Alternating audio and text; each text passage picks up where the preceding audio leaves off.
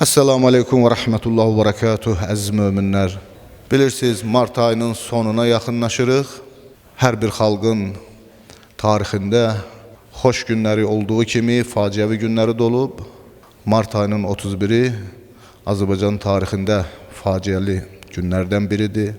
1918-ci ildə Erməni Daşnaksusun partiyası, Bakı Sovetində olan Ruslar, Ermənilər birləşərək Azərbaycanın müxtəlif bölgələrində, Şamaxıda, Gəncədə, Göyçayda, Qarabağda, Hacıqabulda, Qubada, Lənkəranda, eləcə də paytaxtımız Bakıda böyük qırğınlar törədiblər.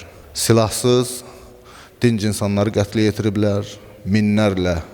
Biz bu faciəvi günləri unutmamalıyıq, xatırlamalıyıq ki, düşmənimizi tanıyaq, dostumuzu tanıyaq. Sistemi tanıyaq ki, bu zülmü törədən, bu cür acınacaqlı faciələr törədən, soyqırımlar törədən hansı düşüncədir, hansı təfəkkürdür. Müasir dönəmimizdə də, müasir dövrümüzdə də biz müxtəlif xalqlarda bu cür soyqırımların şahidi olmaqdayıq.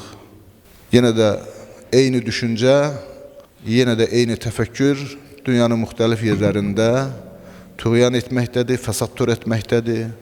Lakin vəl aqibəti lil muttaqin, aqibət təqvalarındır. Allah inşallah bir gün o günü göstərəcək ki, yer üzərində salih bəndələr varis olacaqlar və tökülən bütün bu haqsız qanların qarşısını alacaqlar.